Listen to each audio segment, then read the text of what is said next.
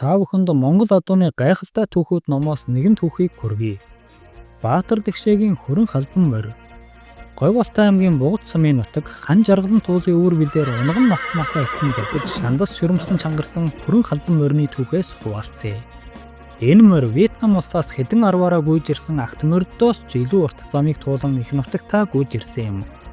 Тухайн үеийн зөвлөлт холбоот улс Герман улсын Дайны Фронтоос оргож ирсэн морь юм. Морины эзэн Шагдаргаа Герхаа нэгэн байсан тул Хүрэн морио дайнч хөлөг болохыг таниж улмаар Фронтод өгчээ. Энэ бол 1943 оны намар байлаа.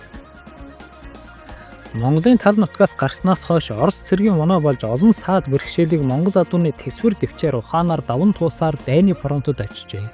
Хүчрхэг танк, хуйх дэх бууны эсрэг тулдаанд ороогүй ч саад дотор ихтэй балчиг намагтай цэргийн техник машин явах боломжгүй газруудыг туулах, тагнуул хийх зэрэгт морьд ихээхэн жухал үүрэгтэй байв. Хүрэн халзан морьч энэ үүргээ тунч гарамгаа гүйцэтгэдэг байлаа. 2 жил орчмын дараа буюу 1945 онд Хүрэн халзан морь төрж өссөн нутаг хан жаргалан туус ижил олон сүрэгтэй намрын нэгэн өдөр гүгээд ирсэн байв. Нутаг усных нь энэ тухай мэдээд адгуус хүртэл дайн байлдаанаас дайжих юм да, хөөрх юм халагдаад ирж аргагүй шандас түлэг юм. Ямар хэцүү бэрх замыг туулсан бол гих зэргээр самсаа шархран шагшин магтаж байсан юм. Энэ үед Хүрэн халзан морины оролцсон дэлхийн 2 дугаар дайн дуусчихсан байлаа. Олон хүн Шагдаргааг Хүрэн халзан морио сэтэрлэж тавьж ятгсан байдаг. Харин тэр миний Хүрэн халзан морь бол дайны хүлэг тэр туглын бэлчээрт эдээшилж таарахгүйгээд эх орныхоо баруун хязгаар ховдын нэгэн отрядд өгч хайртай морио дахин зэрэгт мордуулсан байна. Халзан морь энэ удаад харь хилтний нутаг биш, халуун эх орныхоо баруун хязгаар Хөлийн манаанд алба хахаар болсон байлаа.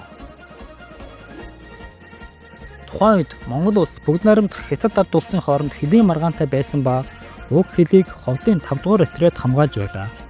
1945-аас 1949 онуудад бүгд найрамдах Монгол ард улсын баруун Хөл хязгаар нутаг маш түгшүүртэй байсан үе юм. Байтаг богд орчим Гоминдан Осбооны зэвсэгт бүлэглэлүүд Монгол улсын дархан Хөлийг давж заримдаа нутгийн гүн рүү нэвтэрч ард иргэдийг дээрэмдэж ихээхэн хохирол учруулж байлаа. Мөн байгалийн тун ховор баялаг бүхий газрыг булаан авахыг ихээхэн чармааж байв. Хүрэн халзан морь хөнгөн пулематчин Ховд аймгийн Чанган сүмийн харьяат Б Дэгшээ гэх зэрэгт оногдсон байлаа. Хилчин Б Дэгшээ 1948 оны 7 дугаар сарын 8-ны өдөр Бүдүүн харгаатын харгуулын постод 9 хилчний хамт харуулт гарч байв. Тэр өдрийн үүр хаяарах үед Гоминданы 170 гаруй зэвсэгт дээрэмчт Монгол улсын торгон Хөлийг цөмөрснөөр зэвсэгт тулдаан болсон юм. Уг тулгаралтаар Б Дэгшээ бусад хилчин нөхдийн хамт эх орныхоо төлөө илт давуу хүчтэй дайсантай баатарлагаар тулалдан амиа алдсан билээ. Тэдгээр зоригт хөвгүүдээ Монгол төр дараа нь Монгол улсын баатар цолоор нэхэн шагнасан байдаг. Мөн 1988 оны 9 сарын 17 оны өдөр баатарлаг эх оронч хөвгүүдийн хөшөөг босгосон билээ.